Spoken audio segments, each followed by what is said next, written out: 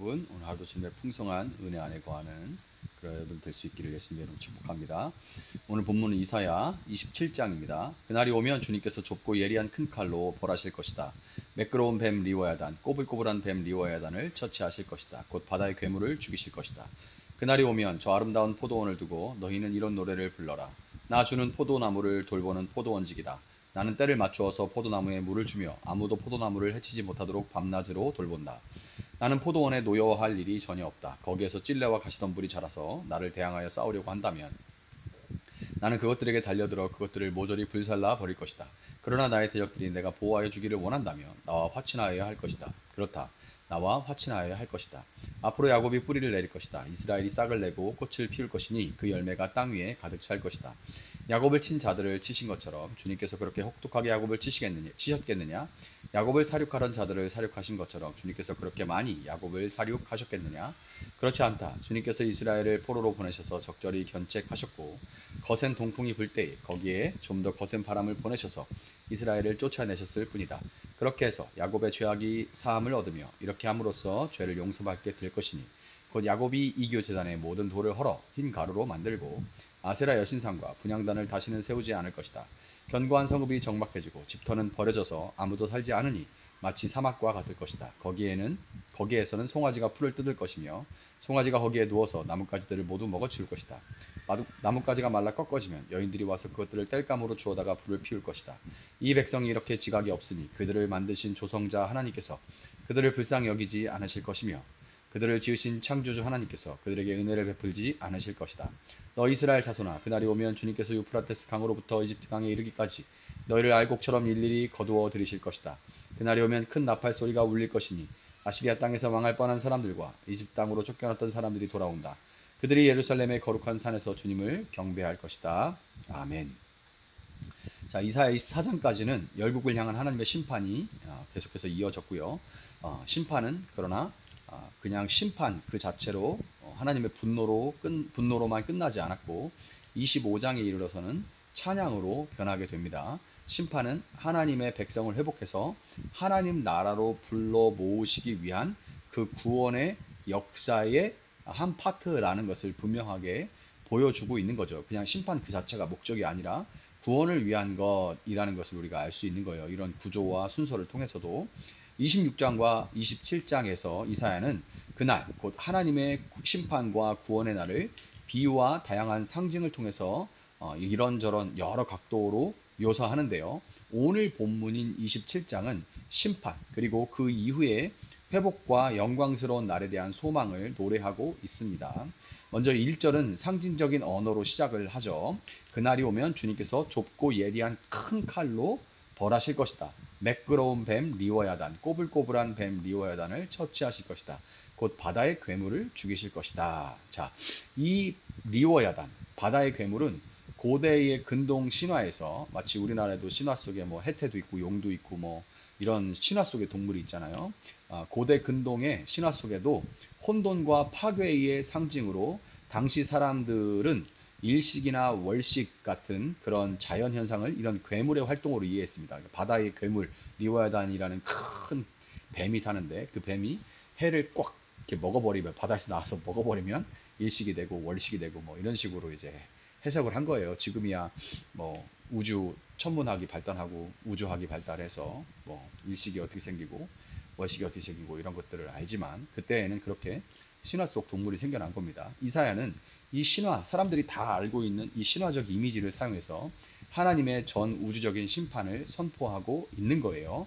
하나님은 그날에 단순히 바벨론, 아시리아, 이집트와 같은 악한 나라들 뿐만 아니라 그 이면에 있는 사탄의 세력까지도 완전히 심판하신다는 것을 말하고 있는 겁니다. 이 선언은 우리에게 중요한 확신을 주고 있는데 세상이 아무리 혼란스럽고 악이 판을 치는 것처럼 보여도 막 뱀이 리워야단 뱀이 그 폭풍 바닷속에서 막 난리를 치고 그리고 빛을 막 삼켜버리고 하는 일이 일어나고 그렇게 할 때 막을 방법이 없는 것처럼 그렇게 보여도 하나님께서 최종적으로 악의 세력을 꺾으시고 완전한 승리를 이루실 거라는 그 사실을 우리는 이 이야기를 통해서 확신할 수 있는 거예요. 일식이 이제 어둠 속에 해가 일부분부터 막 먹혀 들어가기 시작하고 한순간은 이제 거먹게 다 먹힌 것처럼 보이더라도 조금 지나면 이제 그 어둠이 물러가고 금방 또 세상의 빛으로 충만해지잖아요. 이와 마찬가지인 거죠. 1절이 하나님의 심판을 다뤘다면 2절부터는 회복과 사랑의 이미지로 전환됩니다. 그날이 오면 저 아름다운 포도원을 두고 너희는 이런 노래를 불러라. 나 주는 포도나무를 돌보는 포도원직이다. 나는 때를 맞춰서 포도나무에 물을 주며 아무도 포도나무를 해치지 못하도록 밤낮으로 돌본다. 자, 하나님은 자기 백성을 지금 포도원에 비유하고 계신 겁니다. 과거에 이사야 5장에서는 이스라엘의 포도원이 들포도를 맺은 슬픈 이야기가 나왔어요. 하나님께서 좋은 포도나무를 심었거늘 들포도를 맺었다. 이렇게 이야기하는 포도원 이야기가 나오죠. 거기서 5장에서는 그렇게 했지만 지금 이사야 17장에서는 상황이 달라졌습니다. 이제 하나님은 그 포도원을 직접 돌보시는 포도원지기가 되어서 때마다 물을 주고 보호하십니다. 이것은 하나님의 백성을 향한 끊임없는 돌봄과 하나님의 그 은혜를 보여주는 거예요. 찔레와 가시덤불은 창세기 3장 18절 이후에 인간의 죄와 저주를 상징합니다. 인간이 죄를 범하고 나서 그때부터 찔레와 가시덤불이 땅에서 나기 시작했죠. 그러면서 수고해야만 땀이 흘려야만 겨우겨우 먹을 것을 먹을 수 있는 그런 저주가 받게 됐죠. 그 저주의 원인은 또 죄고요. 그래서 찔레와 가시덤불은 죄와 저주를 상징하는 겁니다. 죄로 인해 인간은 수고롭게 되었고 악의 세력은 그 죄를 틈타 하나님의 백성인 포도원을 망치려고 합니다. 이사야는 이에 대해서 이렇게 질문합니다. 야곱을 친 자들을 치신 것처럼 주님께서 그렇게 혹독하게 야곱을 치시겠느냐? 야곱을 사륙하던 자들을 사륙하신 것처럼 주님께서 그렇게 많이 야곱을 사륙하셨겠느냐? 이렇게 이사야가 질문해요. 하나님은 당신의 백성을 향한 완전한 멸망의 심판을 절대로 내리지 않으십니다. 오히려 하나님은 항상 적당히 견책하시는데 그 목적은 9절과 같아요. 이교 제단의 모든 돌을 헐어 흰 가루로 만들고 아세라 여신상과 분향단을 다시는 세우지 않을 것이다. 하나님은 백성들이 우상을 끊어버리고 다시 그분께 돌아오도록 고난을 사용하시는 거예요. 멸망당하러 하는 게 아니라 그 가운데서 이 우상들이 헛된 것이구나. 그리고 내게 이렇게 내가 알지도 못했는데 내가 이렇게 우상 숭배를 하고 있구나라를 깨닫고 돌이키길 바라시는 거예요. 고난은 하나님이 우리를 포기하시고 버리시고 멸하시려는 증거가 아니라 사랑의 징계요 정결의 도구인 것입니다. 우리 삶에도 이해할 수 없는 시련이 찾아올 수 있지만 그 모든 과정은 하나님께서 우리를 다시 하나님의 포도원으로 회복시키시기 위한 은혜의 손길일 뿐이고 하나님은 포도원을 망치려고 한 찔레와 가시덤불로 상징되는 죄와 죽음의 세력을 친히 제거하시고 아름다운 포도원을 가꿔내시고야 말 것입니다. 본문 12절과 13절은 구원과 회복의 절정을 보여줍니다. 너희 이스라엘 자손아 그날이 오면 주님께서 유프라테스 강으로부터 이집트 강에 이르기까지 너희를 알곡처럼 일일이 거두어 들이실 것이다. 그날이 오면 큰 나팔 소리가 울릴 것이니 아시리아 땅에서 망할 뻔한 사람들과 이집트 땅으로 쫓겨났던 사람들이 돌아온다.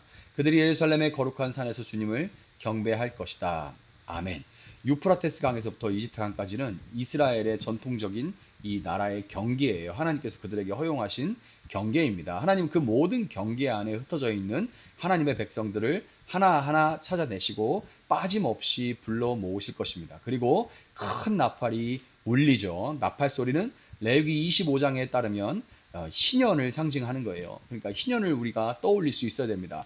억눌린 자, 희년이 뭐예요? 억눌린 자가 자유를 얻고 그들이 잃어버렸던 땅을 회복하게 되고 모든 것이 새롭게 되는 그런 날이 바로 희년입니다. 이 큰 나팔은 예수 그리스도의 재림, 곧 여호와의 날에 완성될 회복의 나팔이에요. 물론 이 나팔 소리는 하나님의 적들에게는 전쟁을 선포하는 전쟁의 나팔이지만 하나님의 백성들에게는 희년이 선포되는 기쁨의 나팔입니다. 회복의 나팔이에요. 우리는 이것을 단지 문자적으로 이스라엘 민족의 지리적 회복으로만 해석하는 이 부분을 가지고 시오니즘, 이스라엘의 지금 이제 나라로 돼 있는 그 이스라엘의 회복, 지리적인 땅을 회복하는 지리적 회복으로만 해석하는 시오니즘에 빠져서는 안 됩니다. 이 나팔은 영적인 이스라엘을 의미하는 거예요. 곧 예수 안에서 하나님의 백성이 된 모든 성도들을 향한 영적인 회복의 약속인 것입니다.